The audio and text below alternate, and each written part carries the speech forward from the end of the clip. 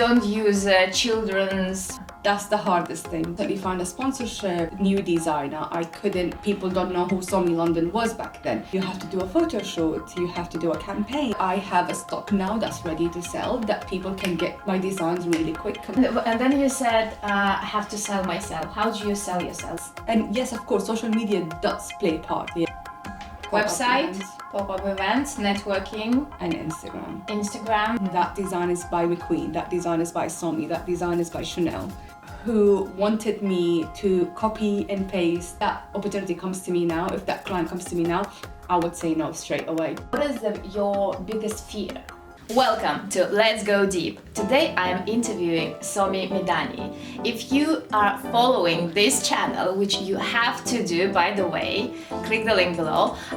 You must have seen the previous interview when we talked about Somi's amazing story, which is so inspiring. You have to watch it. But today we are continuing with Somi's interview about business, about fashion industry, about Somi London, which we are wearing today. So, Somi, please. To wear collection. Tell us more about yourself again, but more about your business. Yeah, so my name is Somi. I'm the founder and the creative director of Somi London, which is authentic and ethical luxury brand.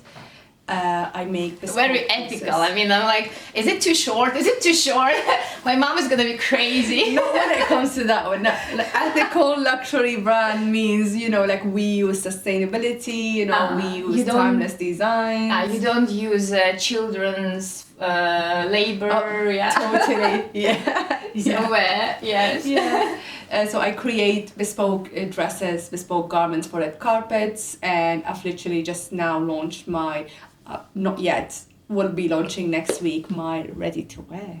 Yeah, but by the way, this video will be out, it will be launched, so find all the links below. Thank you. So, Somi, could you please tell us about the pluses and minuses of the fashion industry? So the pluses of fashion industry is, you are part of this glam industry, which is all about beauty, looking great, feeling amazing. I would say the minus of the fashion industry is a very, very cutthroat industry. It's a very hard industry to be in. Mm-hmm. Only people who have a thick skin can really make it through. Yes, but when I imagine fashion designers, like they might look very glamorous and all these things, but are they really making money? Eventually, yes. Eventually, yes. Eventually when they're dead. No. So when you start your business, any kind of business, when you start new, it's all about building your reputation, especially in a creative industry, especially in a fashion industry. It's all about, it's a very competitive industry. There's a lot of fashion designers out there. You just have to stand out. You just have to prove to people that you're here for the long term. That's very important for people to trust you, and only then you're going to be able to sell your design, sell your art. Mm-hmm. But of course there is this, me talking about a business side of fashion, but as a designer you can always work for other companies and create designs for them. Mm-hmm. That's how you can make money. Yeah. No, I mean, when I imagine a fashion designer, I always imagine a person with its personal brand, their own, clothes designs, not working for another people. But yes, you're right. You can be an employee and a designer as well. Yeah, exactly. Totally. Yes. So what is the hardest thing in the industry? What is the hardest thing in the industry? Money? No. I would say consistency. That's the hardest thing, people, when you're a fashion designer who has a fashion business, people expecting you to drop a collection at least twice a year. Let's be realistic. A lot of designers don't do it twice a year, but at least once a year they're expecting you. So you have to constantly meet people's expectation in delivering the designs that, that speaks to them, that tells their stories. By people, who do you... The clients. The clients. The clients. Okay. The clients and fans. Yeah. Yes, but what is the most difficult in being consistent? Is it having money to sponsor all these? Yes, it's hard because you need to constantly find a sponsorship, constantly find people who's going to support this business, constantly have to network and put yourself out there. For the longest time, when I had my my made to order only, I would only make money if I go out and network. That's the only way, because I was a new designer. People don't know who Somi London was back then. So I had to go to networking events, speak about myself, basically sell myself, let's be realistic. Yes, and only then I was able to make money. Only then I was able to gain people's trust. And okay, so I have two questions now. Let's start with the first one. So what are the business models? Because you've just mentioned made to wear. Made to order, yes. Made to order. So Yes. when people order and you make something specific for them. Yes. And the second is, I know, ready to wear. Ready to wear, yes. Yes, which you are launching very soon. Yes, yes. Are there any other business models for future designers? No, I think this is the two that I'm thinking about. There might be more. I can't think about it. But yeah. Yeah, or fast fashion, street fashion. It's all that is ready to wear as well. Yes, ready to wear is more about, you create the designs, you go through a production period of time, you speak with the manufacturer, you make sure you do the quality check, and then it doesn't finish there. You receive the products, which is a nightmare, especially releasing it from custom. They made me cry so much.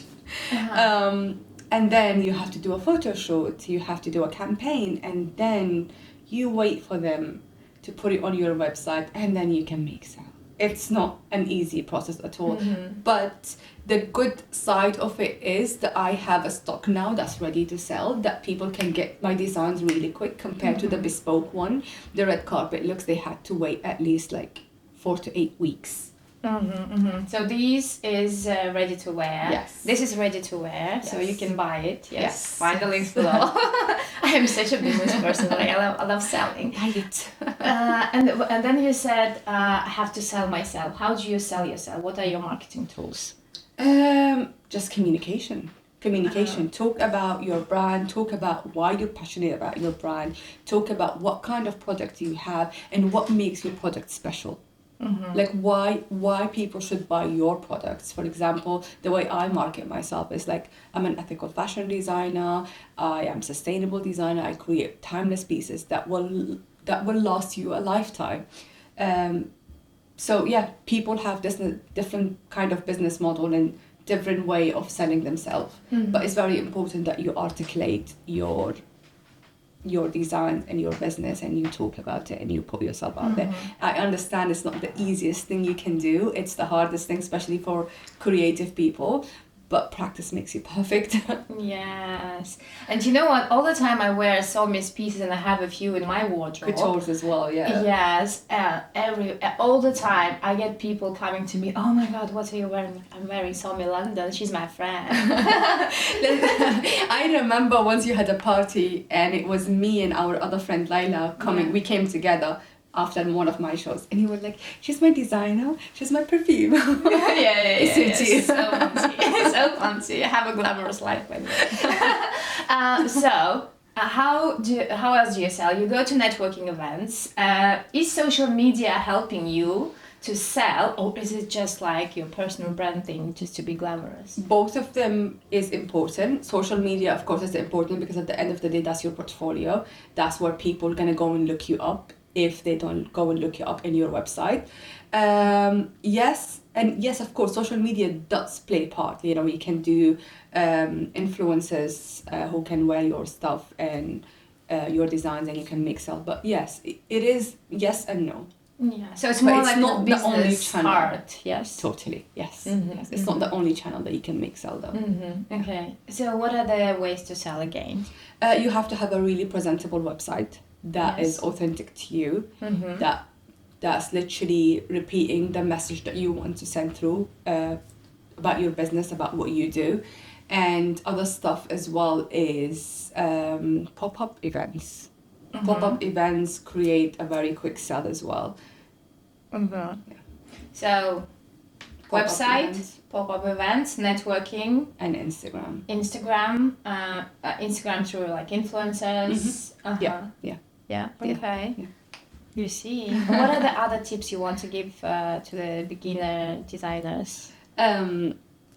So one of the main tip that I want to give to anyone who is aspiring to be a fashion designer is make some time to find your own unique signature. This is one of my niche in terms of fashion education. One of my other business, which you know about it, is the Somi Talents Academy, where I give master classes and go universities to give lectures, and I also do one-to-one mentoring. This is one of my niche, is to help the upcoming designers to find their own unique signature, because fashion industry is a very, very competitive industry. Once you find out your own unique signature, you will stand out regardless. People will know that design is by McQueen, that design is by Somi, that design is by Chanel. Yeah.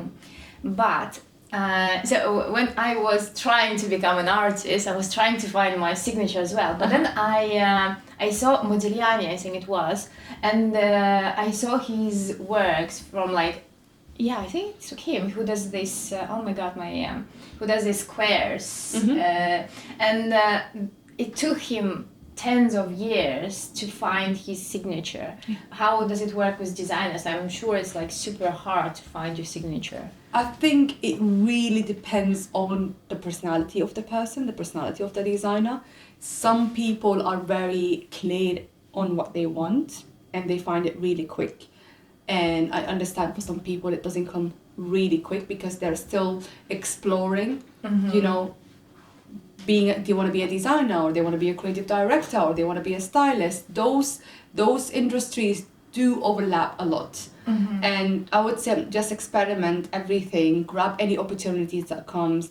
For example, you have becoming a designer opportunity, grab it. You have a becoming a creative director opportunity, grab it. Explore everything until you find out what exactly aligns with your soul, what exactly aligns with your vision for yourself in the future.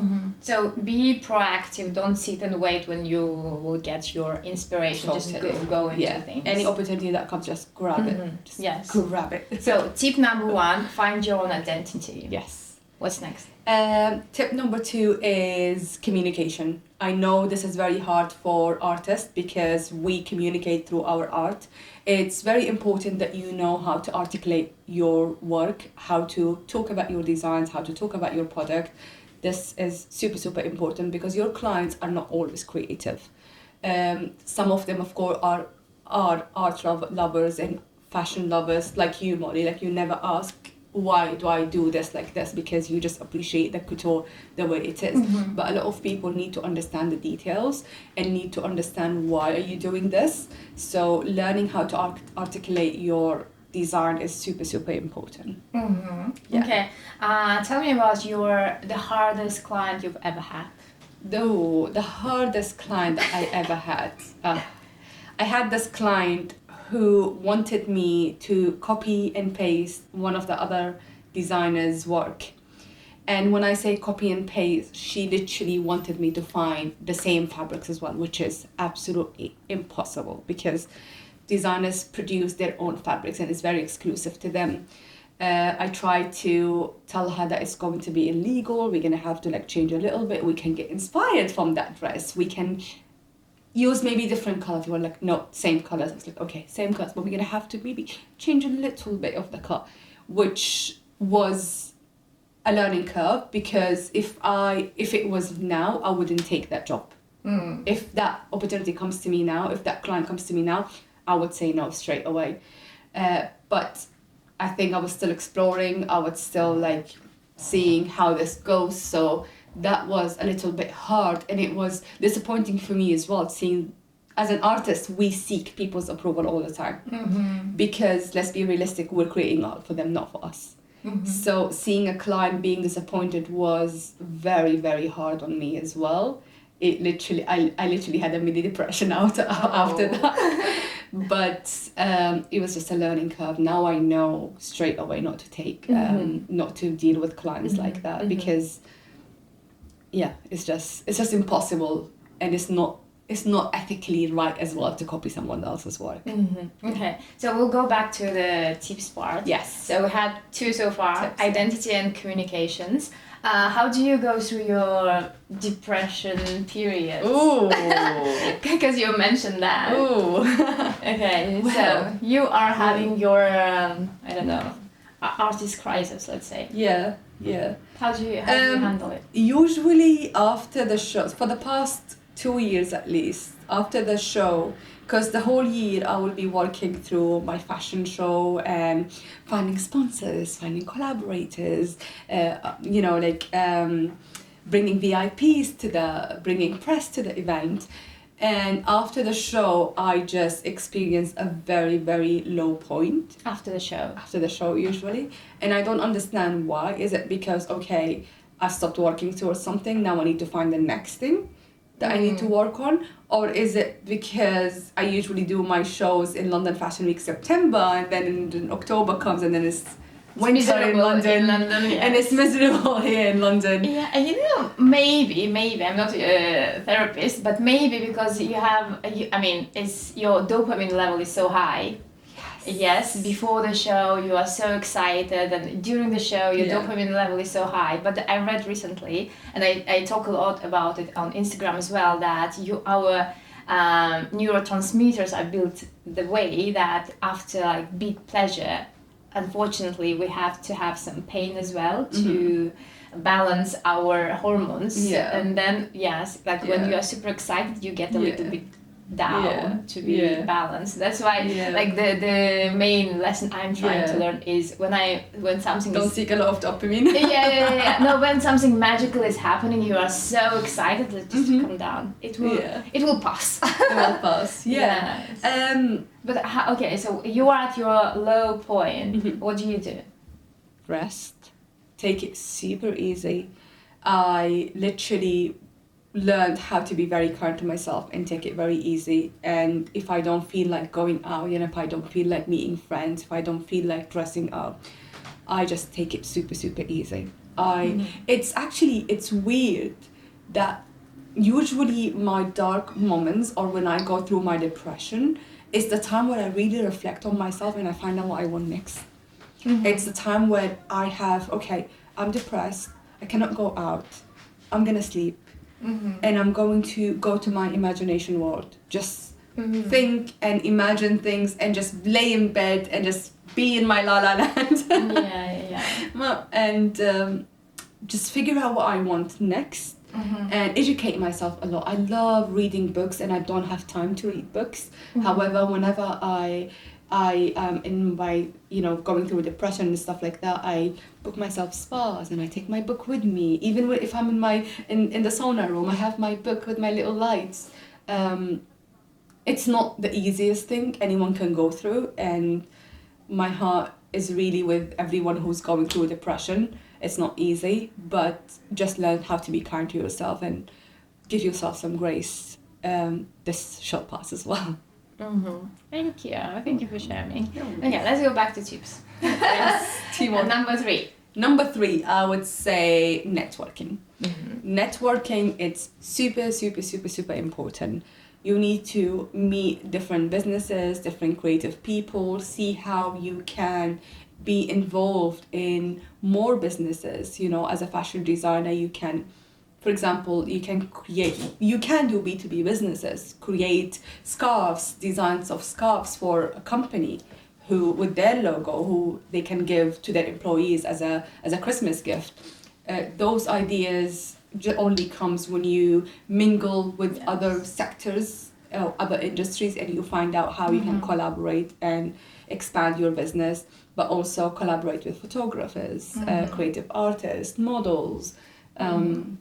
It's the best thing ever. It's a beautiful energy. Social capital is amazing. By the way, we'll have another interview with another friend of mine called Julia about social capital, and I think people can learn a lot about networking, how to build your network. Super, super important. It's super, super important. You need to understand what rooms you need to go to, where exactly you have to stand. There are so many events in London. How do you pick the ones that you really need? I do my research in terms of who's attending the event. and is that something aligns with me at the moment. For example, if I want to look for sponsorships for my brand, for my event, when I get invited to any events, I look who's coming. Are those potential sponsors? Are those people who I potentially can do any kind of business with? You need to pick and choose, otherwise you're always networking, you don't have time to do something. Yes, you can waste a lot of time going networking but not doing the actual work. Exactly. Yes. Exactly. Okay, tip number 4. This is important. Tip number 4 would be collaboration. Collaboration, it's super, super important. I think I just mentioned that, didn't I? Yeah. Kind of mentioned it. Collaboration with different businesses abroad, different businesses in creative industry around you. That's the quickest way that could spread the word about your business, about your designs. Just send a lot of cold emails. This is something I know a lot of artists are so scared of doing it, but that's how I am where I am. I sent a lot of cold emails. Honestly, what's the hardest thing can happen? They're just gonna not reply, that's it. Or they're just gonna say no. But they will somehow remember you. And I've been in a situation where I've approached people, I've approached stylists in the past when I've just started.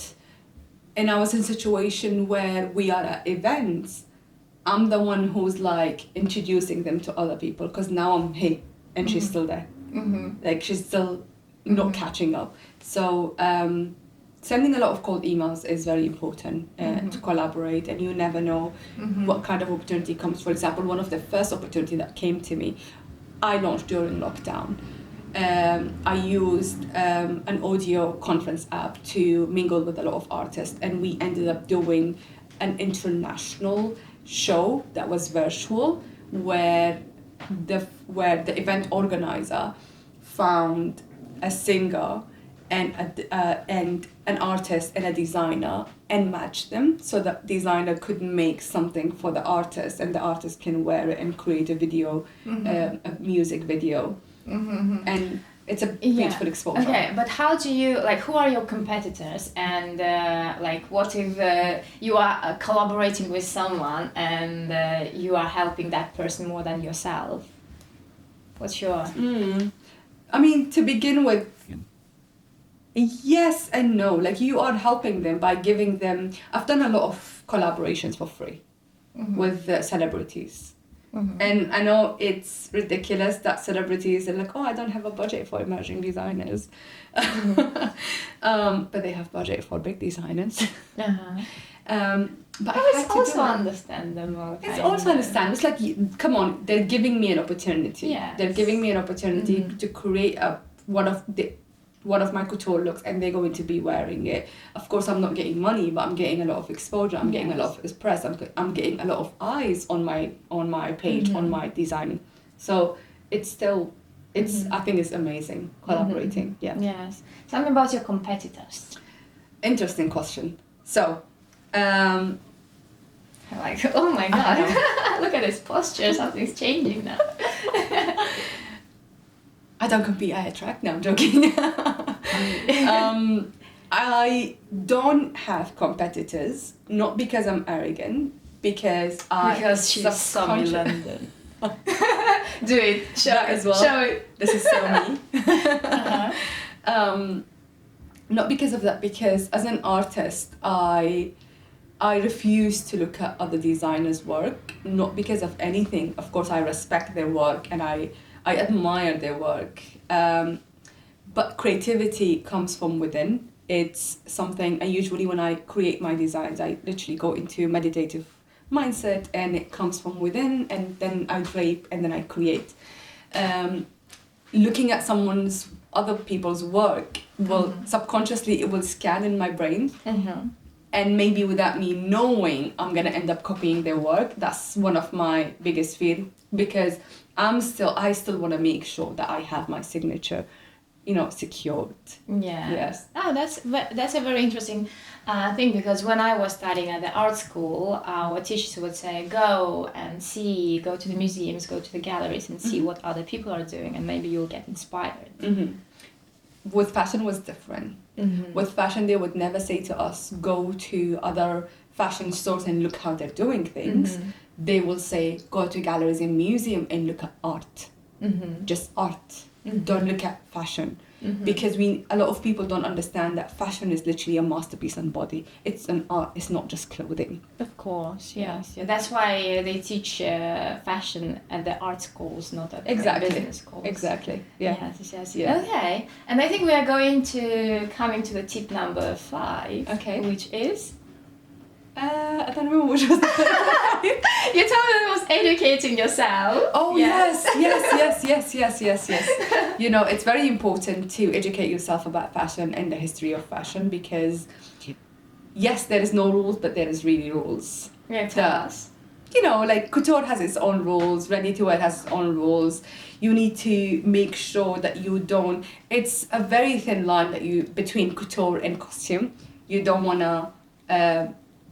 blur that line, because your art piece, your couture, is going to end up from being couture into being a costume that they can wear in theatres. How do you identify or distinguish the difference between couture and ready-to-wear?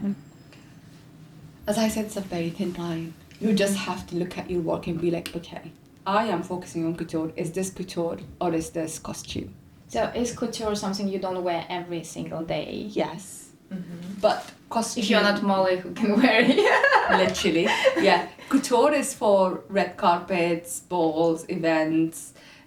Costume is something that is a little bit more extra. That's a little bit more like, magnificent in terms of like too much. But they have to do that in theatres too, because they are telling a story. They want to say something through what Tell they're me a wearing. story of this dress. Oh, so this is a little black magic. A little black magic. Yes.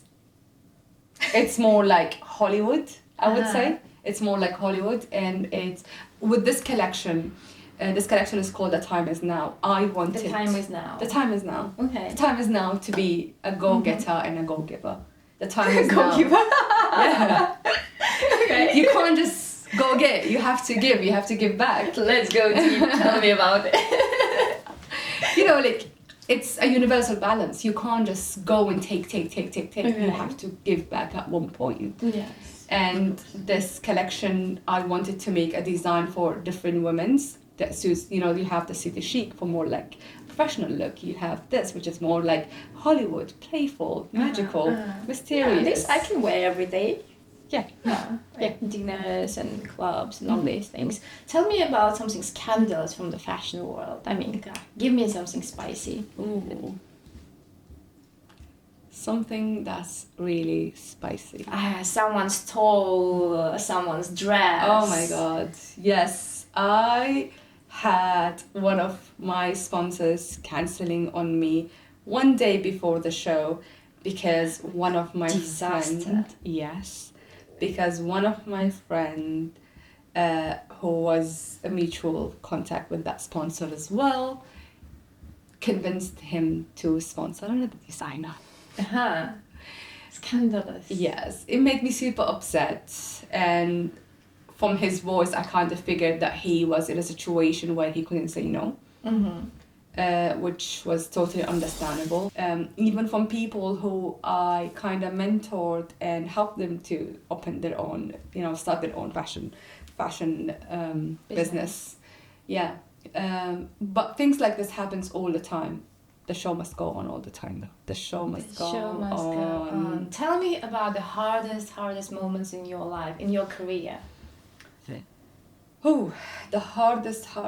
When I went through a betrayal from a mentor figure. It was just something my brain didn't understand. That, if you are mentoring someone, you wish them the best you want them to go ahead and make all their dream reality.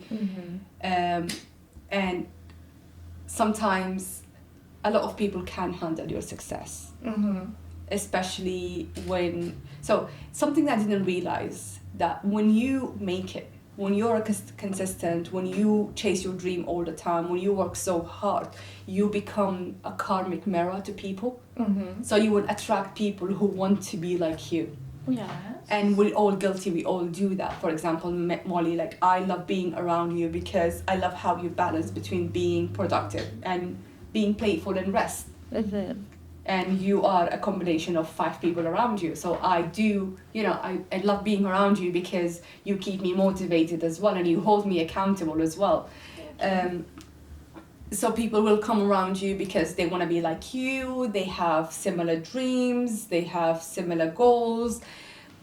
But then when they can't keep up, they just do the most stupid acts, like as if teenagers do, which was very, very like a shock to my system, because I just couldn't understand why people do have time for this in this age. You know, we have kids. I'm just like, my daughter would act like that, not me.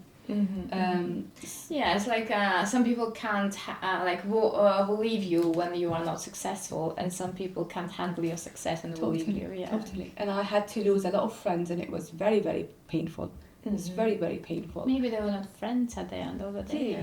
Yeah, but you know, my inner child still wanted to keep them. Oh, let's talk about inner child. My inner child wanted to keep them. And yeah, unfortunately not. You know, you cannot, at the end of the day, you cannot dim your light to satisfy other people. Yes. So how do you handle, because I mean, I think it's very scandalous maybe among models. Yes, a lot of betrayals there too. Yes.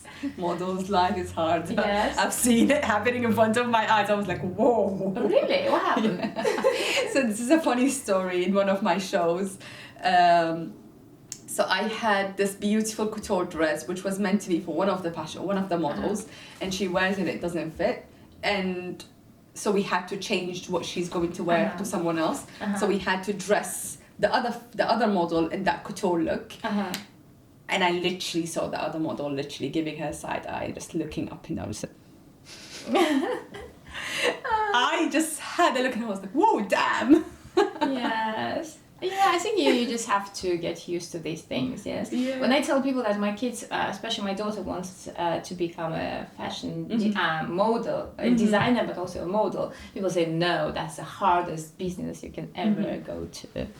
Yeah, but if it aligns what you want to do, my daughter is a Capricorn.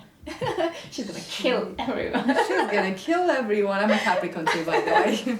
Yes. So tell me, what is the hardest thing you've been in your career? You said the betrayal. What is your biggest fear?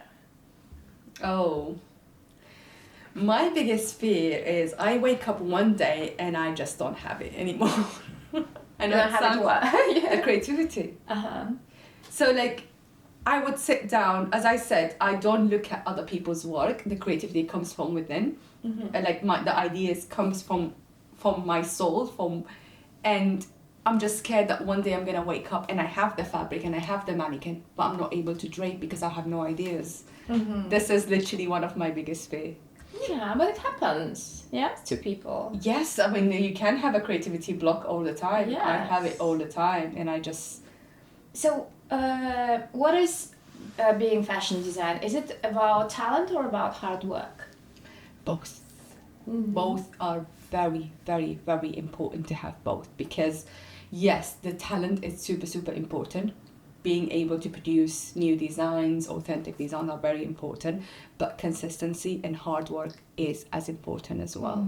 You have to work hard, even if, you know, people are not appreciating what you do, you just have to do it more, do it more, do it more. You're gonna become better as well. Like every collection of mine, you see, so my collection are literally a diary of what's happening within me.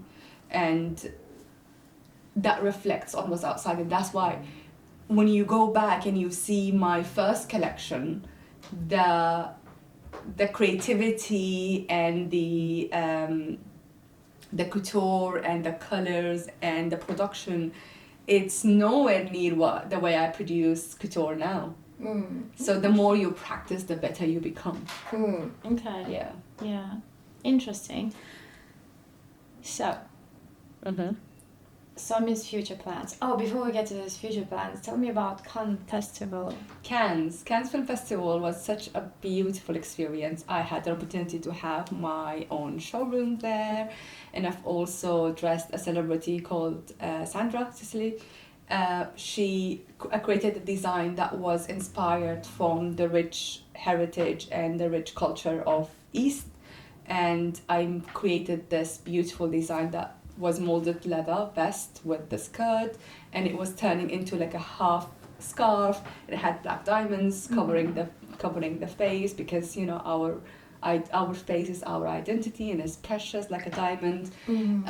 It was one of the must-seen dresses on Vogue as well. Wow. I actually Yes. I actually had the opportunity to walk the red carpet as well myself, and because it was a moment that it meant so much to me. It meant so much to me. I was so anxious.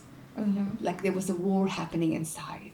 I was burning from inside, but I just had to you see the picture of me in the red carpet just like giving you the power look and just standing like this, but there's so much happening inside. Yes. Tell me about it. I was burning. Yes. I was just like, I think it was more like an imposter syndrome.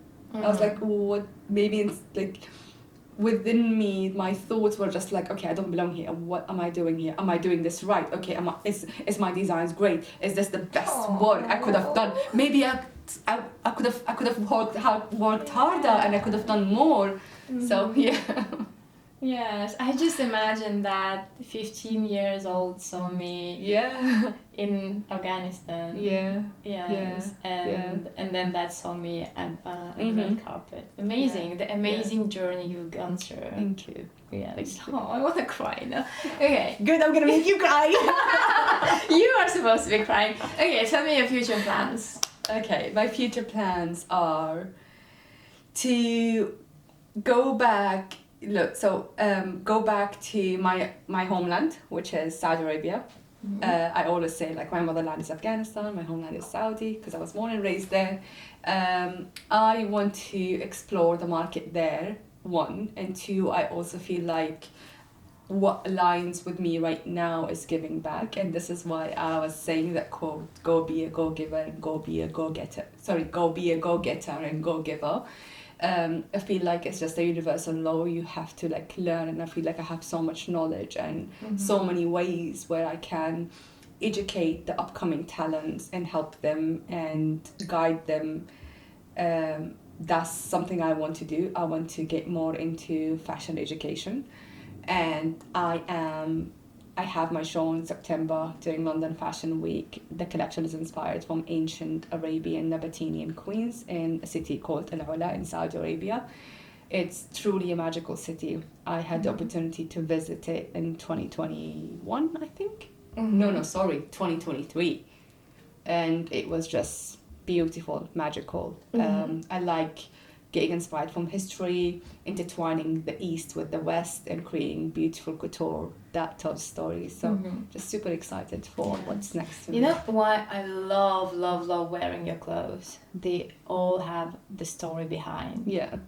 And yes, and you know that you're not wearing just fabric in a different shape or form. Yeah. You're wearing a story. Yeah. Yes, and I'm so proud to wear, because I think it represents all these strong women. Yeah. I know some of the pieces I'm wearing were also you've done when you were supporting women. Yes. Yeah. Yes. Amazing. Yes. I love telling stories. I love empowering women, because I feel like, yes, self-confidence and empowerment happens from within. It's something that you need to work on it from inside, but just help from outside. I just polish it from outside. Yes, beautiful. Thank you. So, what are the books you would recommend for the subscribers? You have to subscribe to the channel. I wasn't prepared for this. I don't usually remember books. Yeah. But watch a lot of fashion documentaries. Watch a lot of fashion Of documentaries. course. We have our fashion shows. We have The New Look on Apple TV, Christian Dior, and we have Karl Lagerfeld on Disney Plus, and yeah, a lot of fashion film, and we have Next in Fashion on Netflix. Next in Fashion. Next in Fashion on Netflix. Okay. It's just so important to understand.